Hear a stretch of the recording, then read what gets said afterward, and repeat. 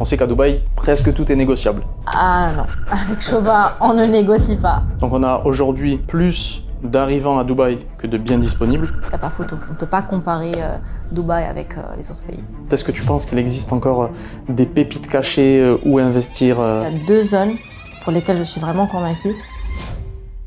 Bonjour à tous, aujourd'hui nous plongeons dans l'univers exclusif de l'un des promoteurs les plus prestigieux au monde. Je parle bien évidemment de Shoba et je suis ravi d'accueillir Louisa, experte qui travaille chez Shoba et qui va nous raconter les coulisses de ce milieu exclusif. Bonjour Louisa, comment vas-tu? Bonjour Karim, ça va, merci. Je suis ravi de t'accueillir. De même, ravi. Que tu puisses partager ta science de l'immobilier ici à Dubaï avec nos viewers. Est-ce que pour démarrer, tu peux nous parler un petit peu de ton rôle au sein de Shoba? Alors, moi actuellement, je suis responsable des ventes. Donc, mon rôle, c'est vraiment d'accompagner et de conseiller les clients à choisir la meilleure option, le meilleur projet. Est-ce que tu peux nous présenter brièvement Shoba et depuis combien de temps est-ce que tu es chez Shoba? Alors moi, ça fait maintenant 2 ans que je suis sur Shoba. Shoba est l'un des promoteurs immobiliers les plus prestigieux de Dubaï. Il est connu pour sa qualité exceptionnelle et aussi l'un des points forts de Shoba, c'est que c'est le seul promoteur immobilier qui livre en heure. Et même, je dirais même, en avance. Donc voilà, c'est vraiment Shoba, c'est un développeur prestigieux. Donc on est vraiment axé sur des biens de luxe, de haut de gamme, et donc ce qui fait sa réputation. Tu nous parlais justement de ce point de différenciation par rapport aux autres promoteurs. Vous livrez dans les temps et même parfois en avance. Est-ce que tu peux nous parler un petit peu d'autres différences que vous pouvez avoir? L'avantage qu'on a, c'est que nous sommes le seul promoteur immobilier qui faisons tout en interne, donc ce qui nous permet de vraiment gérer toute la partie réalisation et être dans les temps. Ok, quand tu parles de partie réalisation, c'est toute la partie construction du building? Ça part de l'idée jusqu'à la réalisation et même après. Okay. Nous avons ce qu'on appelle un service qui permet en fait à toute notre clientèle de bénéficier en fait d'un service après-vente. Donc même après avoir reçu votre bien, Shoba est toujours disponible pour vous. Elle est là à toujours être là dans tout ce qui est maintenance, s'il y a un problème ou quoi que ce soit, c'est toujours Shoba qui intervient. D'accord, ok, très bien. Chez Shoba, à l'heure actuelle, qu'est-ce qui se vend le mieux? Où est-ce que tu as le plus de demandes? Alors je dirais un 1 et un 2 bedroom. Okay. En général. En fait, c'est vraiment ce qu'on retrouve partout dans le marché, sur le marché. Ce n'est pas que spécifique à Shoba, mais oui, les 1 bedroom, donc une chambre et 2 chambres, c'est ce qui se vend le plus. Tu as vu une évolution sur la demande entre le moment où tu es entré dans l'IMO à Dubaï et aujourd'hui, sur les types de biens? Clairement. Moi, je me rappelle, quand j'ai intégré Shoba, on avait commencé avec le projet Heartland 2. Donc, ça a vraiment fait un boom. Et là, je vois que, même en termes de vente, si je parle de chiffres, l'année dernière, on était à quelque chose comme 22 billions de ventes en une année. Cette fois-ci, avant la fin de l'année, on est à 34 billions de dirhams. Et nous avons comme but d'atteindre les 40 billions, okay. Donc jusqu'à la fin de l'année. Et cette évolution, est-ce qu'elle s'est matérialisée par une augmentation des prix au mètre carré depuis l'évolution? Honnêtement, encore une fois, si je prends Heartland 2, ça fait 1 année et demie qu'il a été lancé, le projet, sachant que c'est une grosse communauté. Ouais. On retrouve 13 tours, des villas, donc standalone villas, etc. Actuellement, à partir de ce mois-ci, on va noter une petite augmentation du prix par square feet. Okay. Mais sinon, ça a été stable. Okay. Ça, c'est une politique interne de Shoba? Oui. Okay. Oui, parce qu'on n'aime pas en fait, on n'aime pas jouer sur la concurrence déloyale, on l'appelle ça comme ça. On veut que tous les clients aient la chance d'acheter au même prix, pour qu'il n'y ait pas plus tard une concurrence déloyale sur le prix des loyers ou de la revente. Tu nous parlais de Shoba Heartland 2, justement, donc à Meydan. Est-ce qu'il y a des quartiers spécifiques où toi tu investirais par exemple? Meydan déjà. Vu que voilà, Shoba est là-bas, et pas que, parce que ça reste l'un des quartiers les plus proches de Downtown, de Business Bay. Je pense que ça sera le futur de Dubaï. On a la Creek qui sera à côté. En fait, il faut y voir Meydan comme étant le centre entre le point de liaison entre Dubaï Creek, avec la nouvelle tour qui arrive, et Burj Khalifa. Donc on est vraiment sur les 2 attractions touristiques les plus connues de Dubaï. Donc Meydan, je dirais, Creek Harbour aussi. Je pense que si on parle d'appartements, c'est vraiment les lieux à investir. Après, on a Ras Al Khaimah aussi, c'est un autre émirat. Ouais. Mais voilà. Ça, en tant qu'investisseur, c'est des quartiers qui t'intéresseraient, toi, potentiellement, pour investir? Tout à fait. Ok. Tu penses qu'on pourrait réaliser de belles plus-values au cours des 5 prochaines années? Oui, tout à fait, clairement. clairement. C'est au minimum du 35%. C'est ce que Shoba du moins promet. Ok, ça c'est la promesse Shoba sur les projets. Oui. Très bien. Donc, c'est l'une des différences qu'on peut avoir par rapport à des achats qu'on fait en France, c'est qu'ici à Dubaï, les promoteurs nous garantissent un retour sur investissement. En garantie, je ne vais pas dire qu'en garantie à 100%, parce que nous aussi, ça va dépendre de la fluctuation du marché. Mais si on prend depuis le Covid à ici, on voit vraiment une autre croissante. Donc oui, on peut dire qu'on peut garantir, on va dire, les 35%. Est-ce que tu as vu une évolution justement du profil type d'investisseur, que ce soit en termes d'âge, de nationalité? Oui. Tu as eu une évolution à ce niveau-là? Tout à fait. Les investisseurs actuellement sont beaucoup plus jeunes. Généralement, c'est des investisseurs qui se sont fait de l'argent, on va dire, crypto-monnaie, ce genre de choses.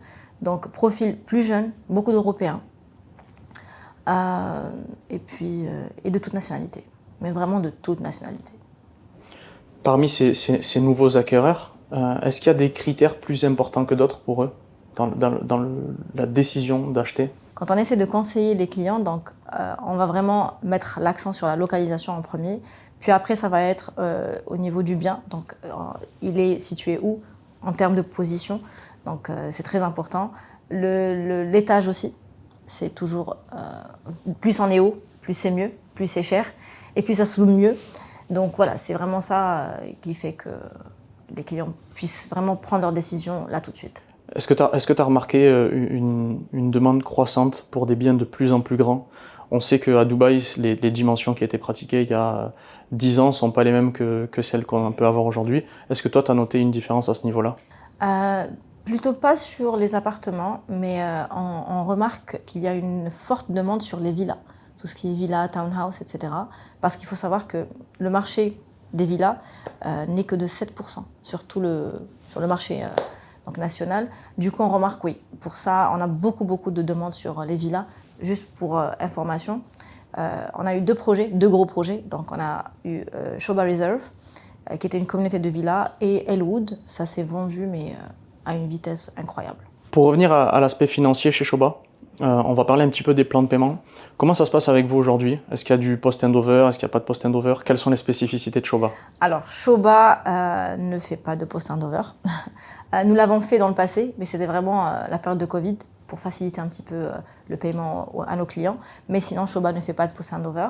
Le plan de paiement actuel, on est sur du 60-40, donc 60% pendant la construction et 40% à la livraison. Après, il y a des flexibilités, on peut toujours essayer de jouer dessus, mais sinon, voilà, Shoba est très strict. Paiement à la remise des clés.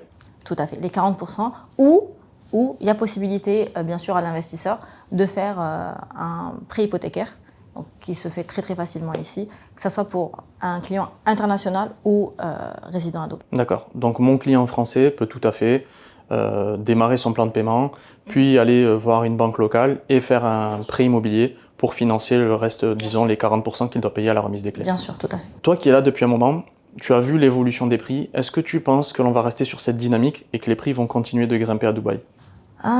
Honnêtement et franchement, je pense qu'il y aura une petite correction qui va se faire. Je ne vais pas dire que ça va être en décroissance, non, mais plutôt il y aura à un moment donné une certaine stabilité. Ça ne peut pas aller qu'à la hausse, vu qu'en fait on a des facteurs qui font que on sait que dans quelques années, en 2026, 2027, il y aura énormément de projets qui seront livrés. Et donc du coup, à ce moment-là, il y aura une grosse concurrence, il y aura beaucoup d'offres. Et du coup, on ne sait pas vraiment si la demande va suivre. Alors, encore une fois, c'est très difficile de juger. Si on voit le plan que le gouvernement a mis en place sur le nombre d'arrivées, ouais. C'est ça. Sur le nombre d'arrivées donc sur le territoire, on voit que oui, on attend quelque chose comme 250 000 personnes par année. Donc, et en termes de biens livrés, on est sur 40 000, 50 000 par an. Donc on va dire, ok, il y a l'offre, mais il y a aussi la demande. Mais je pense, à mon avis, qu'à un moment donné, ça va vraiment, on va dire, pas encore une fois descendre, dégringoler, mais ça va être stable. Donc on a aujourd'hui plus d'arrivants à Dubaï que de biens disponibles. Exactement, actuellement. Donc mathématiquement, on a plus de demandes que d'offres. Et toi, ta prévision, c'est que, disons qu'au lieu de faire 30% par an, on sera plus sur 30%, mais peut-être sur 20% par an. Et c'est ça que tu définis comme, pas une baisse, mais une correction. En fait, à un moment donné, il faut qu'il y ait une correction. Après, c'est clair que si on prend le plan Dubaï 2040, etc., on voit que les prévisions et les objectifs, qui ont d'ailleurs toujours été atteints jusqu'à ce jour, c'est de doubler la population de Dubaï. Tout à fait. Dubaï est une ville qui attire des investisseurs du monde entier. Tout à fait. C'est ce qu'on explique souvent à nos clients. On a des clients internationaux. Aujourd'hui, quand vous vous positionnez sur un bien, vous n'êtes pas juste en concurrence avec des Français, des Russes ou qu'importe autre nationalité. Tout le monde veut investir à Dubaï. Effectivement. Toutes les raisons qu'on connaît, cette ville qui est extraordinaire. Comment Shoba aujourd'hui se positionne face à cette concurrence de villes comme Paris, Londres ou New York? La réponse est très simple. Déjà de 1, Dubaï nous offre la chance d'avoir 0 taxe. Donc c'est vraiment l'argument de vente. Si on investit à Paris, à Londres ou quoi que ce soit, il y a des taxes à payer plus tard. Ici, il n'y a rien du tout. Donc déjà, ça incite l'investisseur à venir investir. Secondo, si on prend les prix par square feet, si on calcule, si on compare avec Londres ou whatever, on reste toujours moins cher, beaucoup moins cher que toutes les autres villes du monde. Et d'ailleurs, on faisait souvent la comparaison avec les États-Unis, surtout Miami. Il y avait vraiment cette comparaison. Et j'ai d'ailleurs convaincu plusieurs clients comme ça. Ils me disaient, oui, mais moi j'ai ça, même le ROI est important, nanana. Ok, mais à la fin, tu payes des taxes. Tu payes combien? Et quand il fait le calcul, il se rend vite compte qu'il n'y a pas photo. On ne peut pas comparer Dubaï avec les autres pays. Oui, parce qu'à Dubaï, on n'a pas de taxes sur les loyers encaissés, pas de taxes sur la plus-value. Et qu'on prenne Londres, que je connais très très bien, ou Paris, ou aux États-Unis, ces taxes-là existent. Donc aujourd'hui, l'intérêt de Dubaï, l'un des intérêts premiers, c'est bien évidemment la taxation qui est inexistante sur ces biens immobiliers. Il y a tout l'aspect sécurité. Effectivement. Aujourd'hui, bien sûr. On peut laisser son téléphone sur un banc au restaurant ou peu importe, on sait qu'on revient 3 heures après. Je l'ai vécu. Ça à t'est Global arrivé? Village. À Global Village? Ah oui, j'ai oublié mon téléphone. 1 heure après, je me rends compte que mon téléphone n'était pas là. Et je fais demi-tour rapidement. Il y avait une petite, un petit stand là. Et je demande, monsieur, s'il vous plaît, vous avez vu mon téléphone? Il me dit, oui, je l'ai vu, je l'ai donné au policier, tu peux aller le retrouver. J'étais, ok. Ça n'arrive pas en Europe? Non, du tout. Il y a tous ces aspects-là. En tant que femme aussi, tu peux te balader à 3 heures du matin dans la rue. Sans problème. Jamais personne ne va venir t'importuner. Jamais de la vie. Donc, tous ces éléments-là, encore on en oublie des dizaines et des dizaines. Exactement. Il faut vivre Dubaï pour comprendre. Tout à fait. Il faut vivre l'expérience Dubaï. À quel point c'est exceptionnel. Tout à fait. Donc Dubaï est une ville qui attire énormément d'investisseurs internationaux. Il y a des pays comme la France notamment où par exemple l'écologie, le développement durable sont très présents. Est-ce qu'aujourd'hui vous avez des demandes particulières de la part de vos clients sur ces aspects-là? Et est-ce que Shoba aujourd'hui prend en compte l'environnement? Oui, effectivement, c'est très important pour Shoba. On est certifié vert et aussi on est vraiment dans le développement durable. Exemple, Heartland 2, même Heartland 1, 30% de toute la communauté est dédiée aux espaces verts. Donc c'est très très important pour nous. Concernant les villas, on utilise des panneaux solaires, tout ça encore une fois dans le but de réduire un petit peu la consommation d'électricité, etc. C'est vrai que vous êtes l'un des promoteurs. Tu parlais de Shoba Heartland notamment. Quand tu te balades, c'est un petit peu une ville dans la ville. Il y a énormément d'espaces verts. On n'a pas du tout l'impression d'être à Dubaï.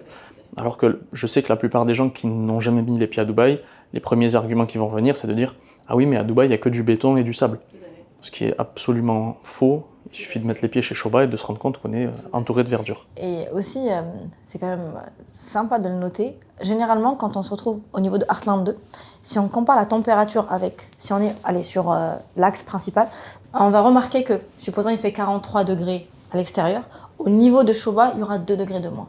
Vu que voilà, il y a cette verdure, il y a beaucoup d'arbres, etc.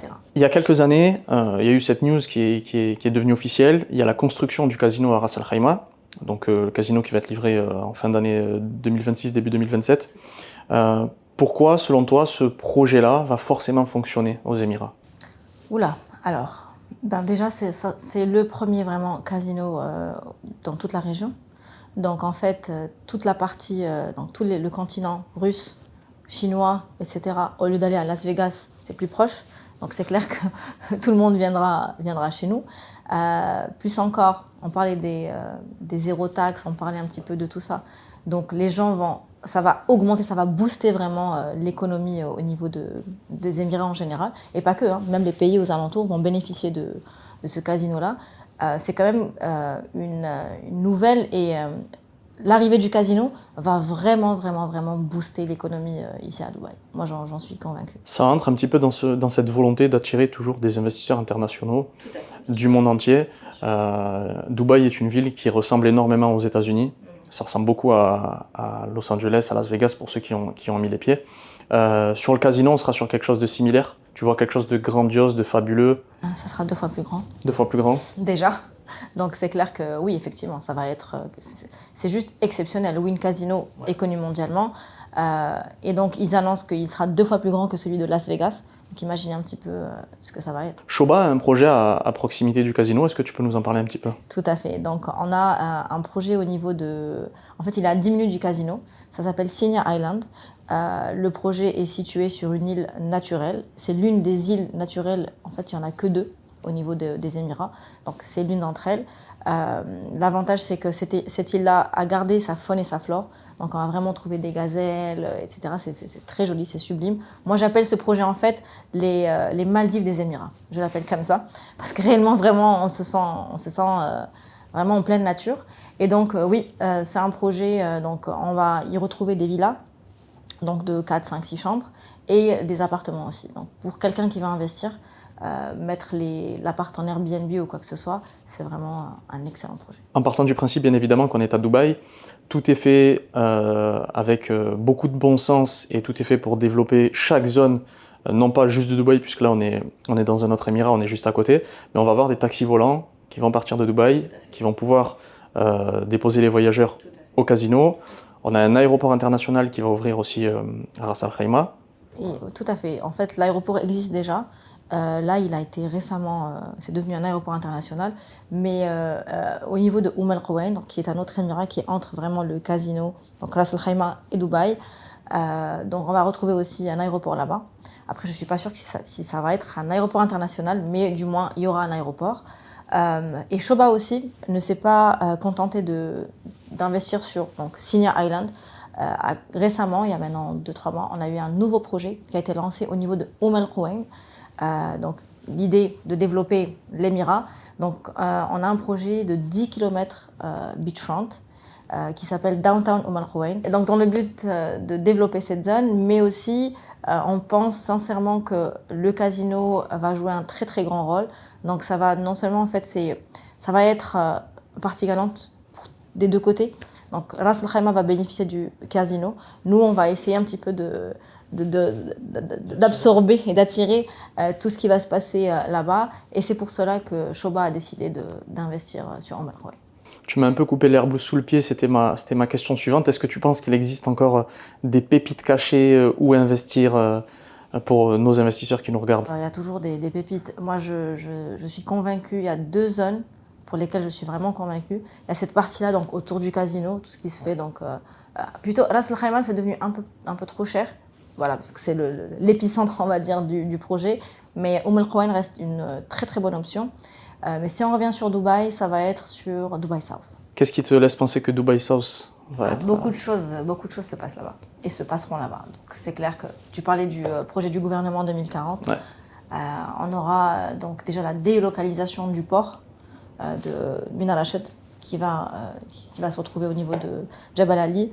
Ça va juste être énorme. Le nombre d'investisseurs, le nombre de personnes qui viendront pour travailler et pour s'y installer, c'est juste énorme. Ça fait partie des 3 quartiers où il y a un focus sur Dubaï 2040, Dubaï South, Meydan et Creek Harbour.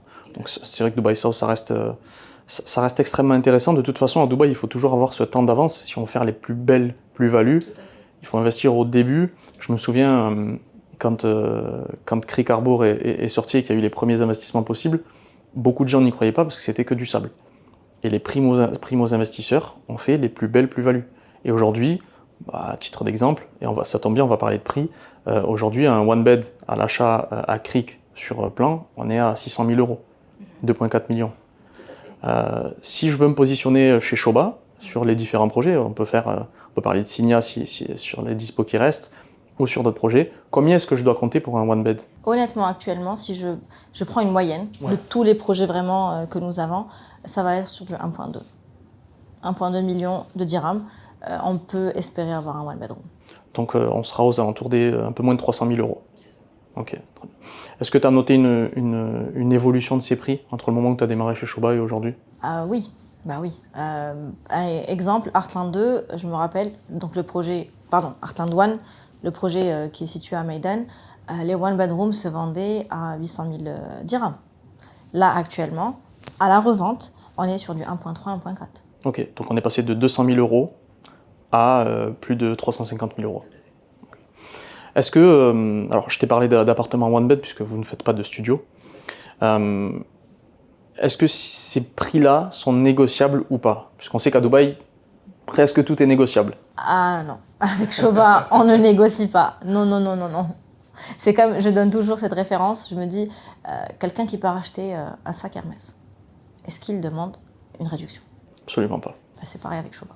Voilà, vous avez une qualité premium, donc ça se négocie pas. Voilà. J'ai souvent entendu dire que, disons que le one bed est à 1.2, si jamais on peut négocier et qu'on peut finalement l'acquérir à 1 million, bah c'est simplement que le promoteur dès le départ avait gonflé les prix et qu'il est capable de faire ses remises. C'est des pratiques qui se font souvent. Ok. Mais pas avec Shoba. Alors, on ne peut pas négocier le prix, mais si je paye cash, donc sans plan de paiement, je paye les 100% du prix lors de l'acquisition. Payer cash, c'est pas trop possible. Payer comptant. Parce que le cash chez nous, on peut acquérir un bien. Bon, on peut payer en cash, mais ça va être maximum 14%.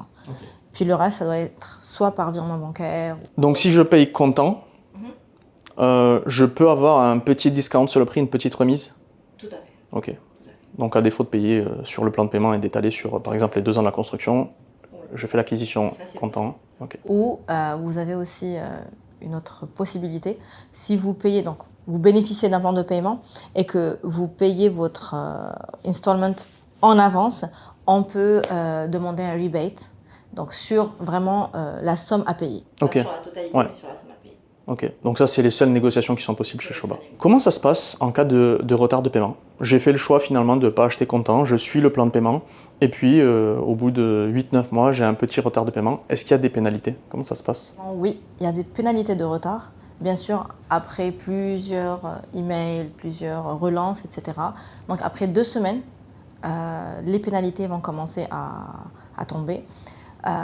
Généralement, en fait, on demande aux clients de nous envoyer les raisons, pourquoi il y a ce retard-là, etc.